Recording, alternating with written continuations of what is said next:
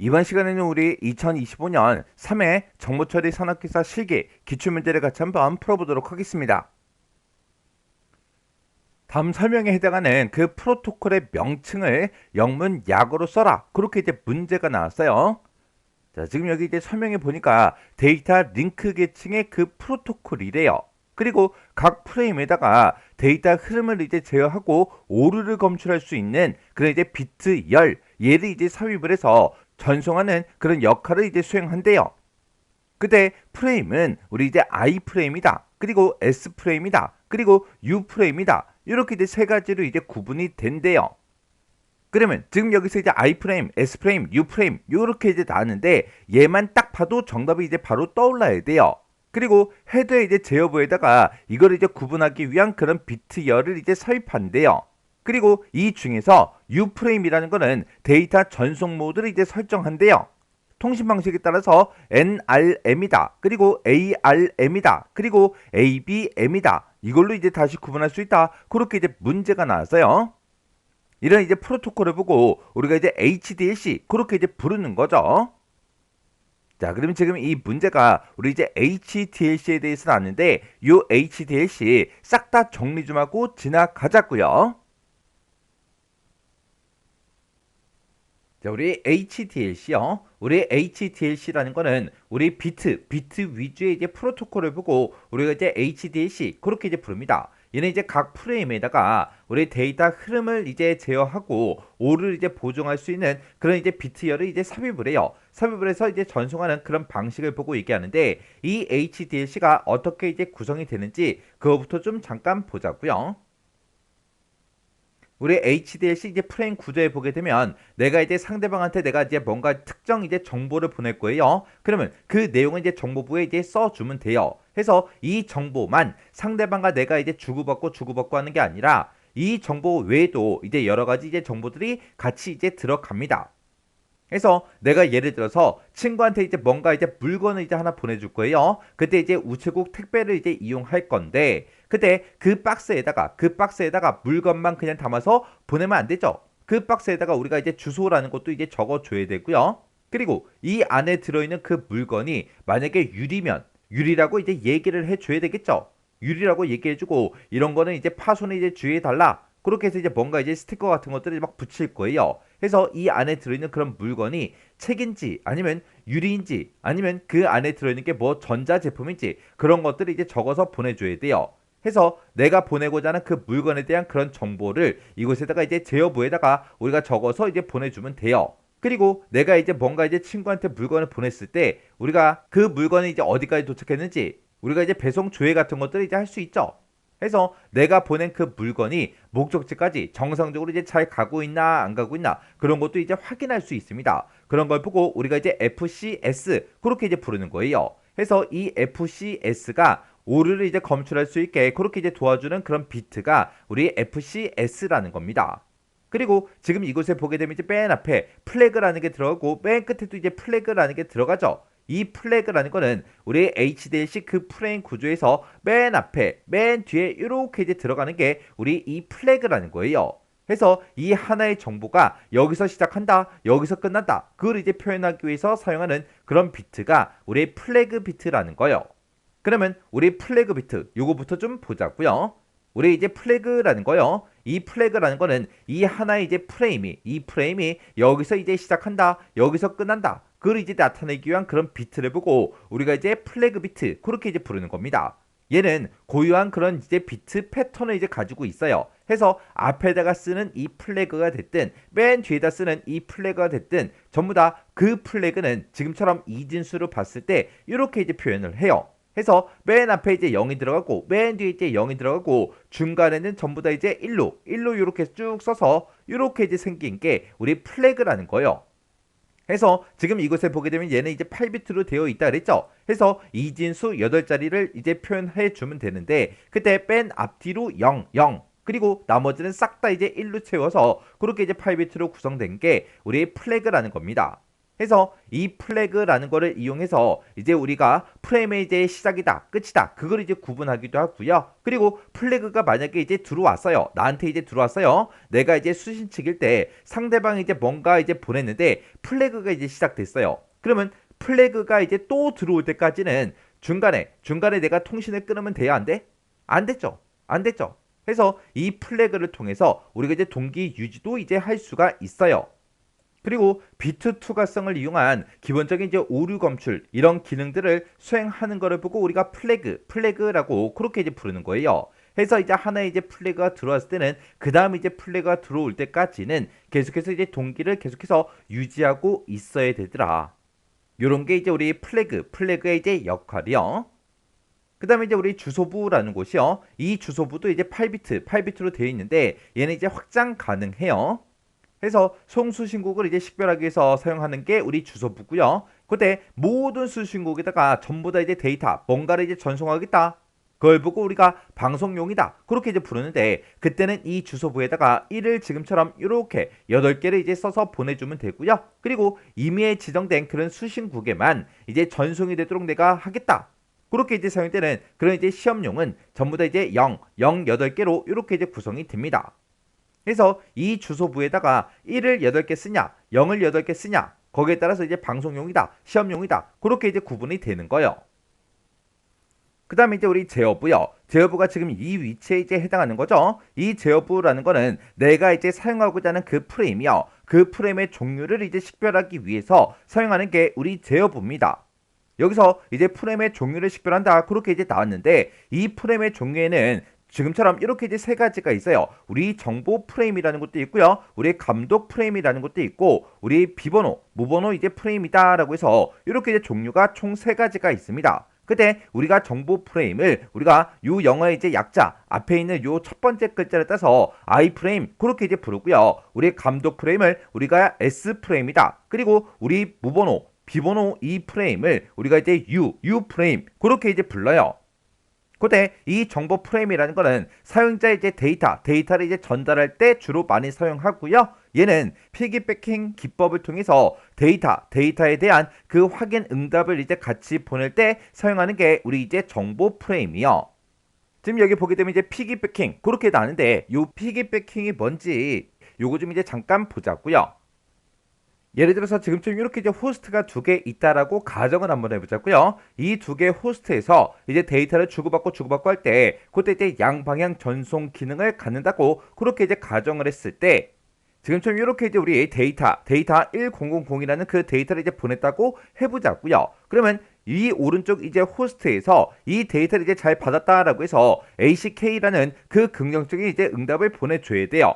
이렇게 ACK 그 응답이 와야 상대방이 그 다음에 이제 전송할 그 프레임을 이제 지정할 수가 있습니다. 해서 이렇게 이제 대답을 듣고 그리고 이 호스트가 오른쪽에 있는 이 호스트가 왼쪽 호스트한테 지금처럼 또 이렇게 이제 데이터도 이제 전송을 해줬어요.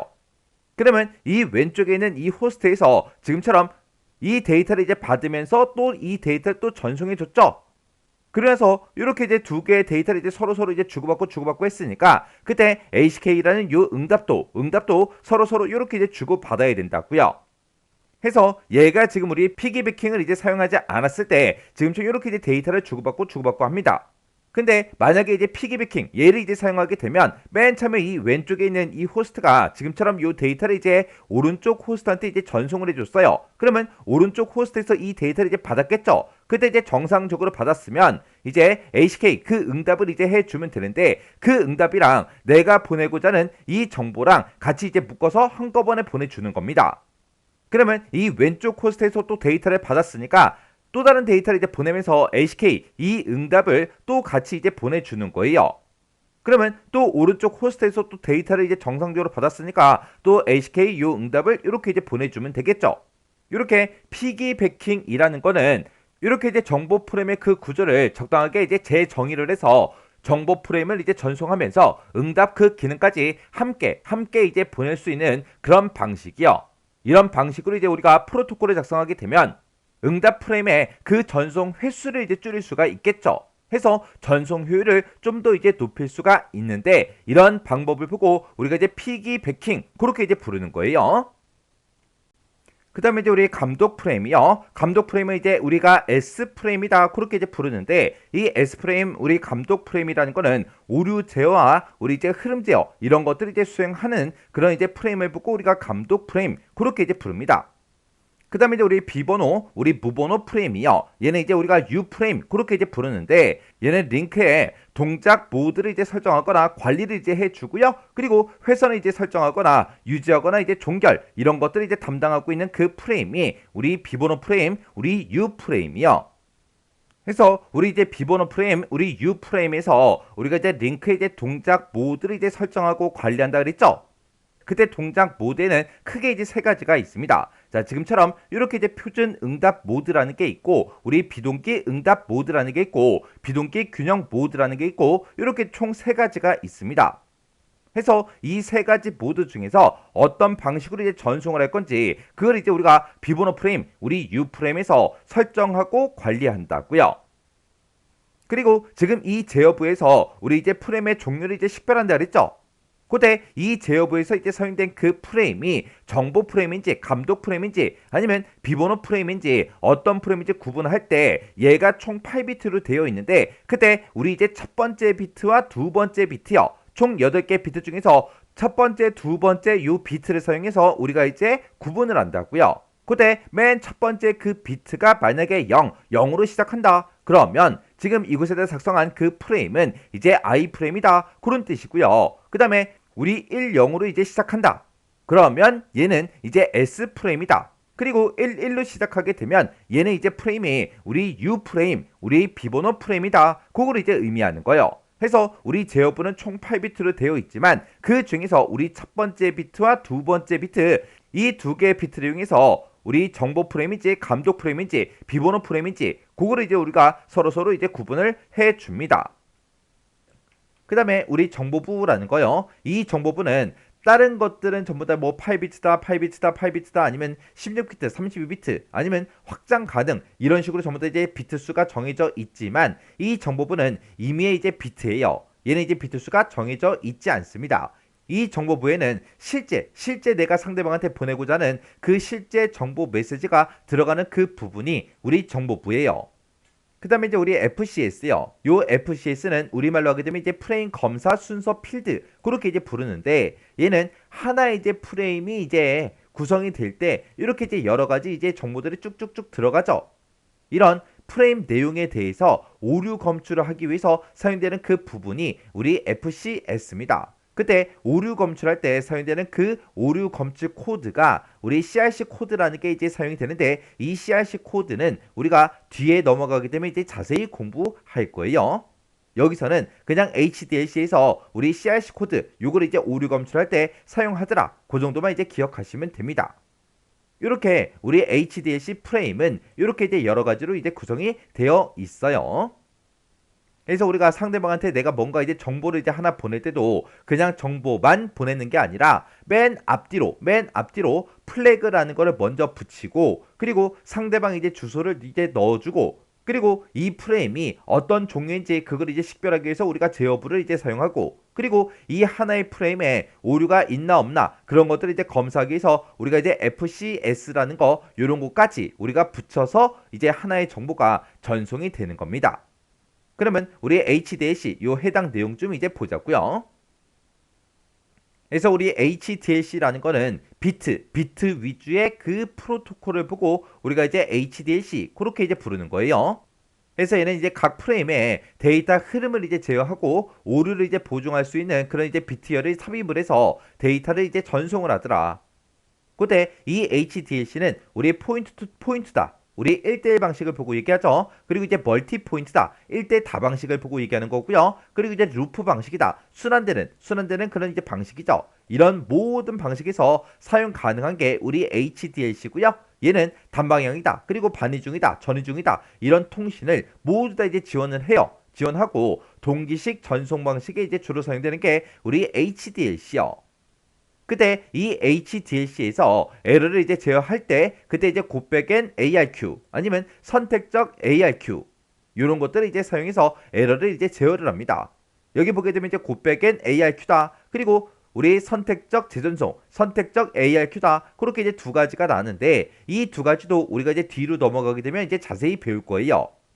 그래서 이번 시간에는 우리 HDLC에서 에러 제어할 때 곱백엔 ARQ 그리고 우리 선택적 ARQ 이런 것들을 이제 사용한다. 그 정도만 이제 기억하시면 됩니다. 그리고 흐름 제어를 할 때는 슬라이딩 이제 윈도우 방식을 이제 사용을 합니다.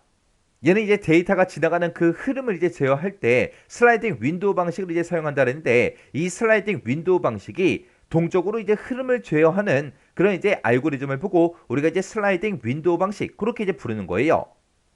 그래서 지금 여기 보게 되면 이제 슬라이딩 윈도우 방식이다. 그렇게 나왔는데 상대방과 이제 내가 이제 데이터를 주고받고 할 때 만약에 다섯 개씩 이제 주고받자. 그렇게 이제 약속을 했어요. 그때 슬라이딩 이 윈도우 방식으로 이제 데이터를 이제 보내게 되면 내가 만약에 1번 데이터, 2번 데이터, 3번 데이터, 4번 데이터, 5번 데이터까지 딱 보냈습니다. 보내고 나서 이제 상대방한테 이제 오류 검사해달라 그렇게 했더니 1번 오케이 2번 오케이 그렇게 이제 떨어지는 순간 그 다음에 6번도 보내고 이제 7번도 보내는 거예요. 이 두 개는 이제 오케이를 받았으니까 또 5개를 또 채우는 겁니다. 그리고 3번에 대해서 이제 오케이가 떨어지는 순간 그 다음에 8번은 보내는 거예요. 그러면 이렇게 이제 5개가 이제 완성이 됐잖아요. 그리고 또다시 이제 4번 데이터, 5번 데이터에 대해서 이제 또 오케이가 떨어지면 그 다음에 6, 7, 8이 아직 상대방한테 오케이를 못 받았어도 우리 이제 5개씩 주고받자 그렇게 약속을 했잖아요. 그러니까 그 뒤에서 바로 그냥 9번하고 10번 데이터도 바로바로 그냥 보내버리는 거예요.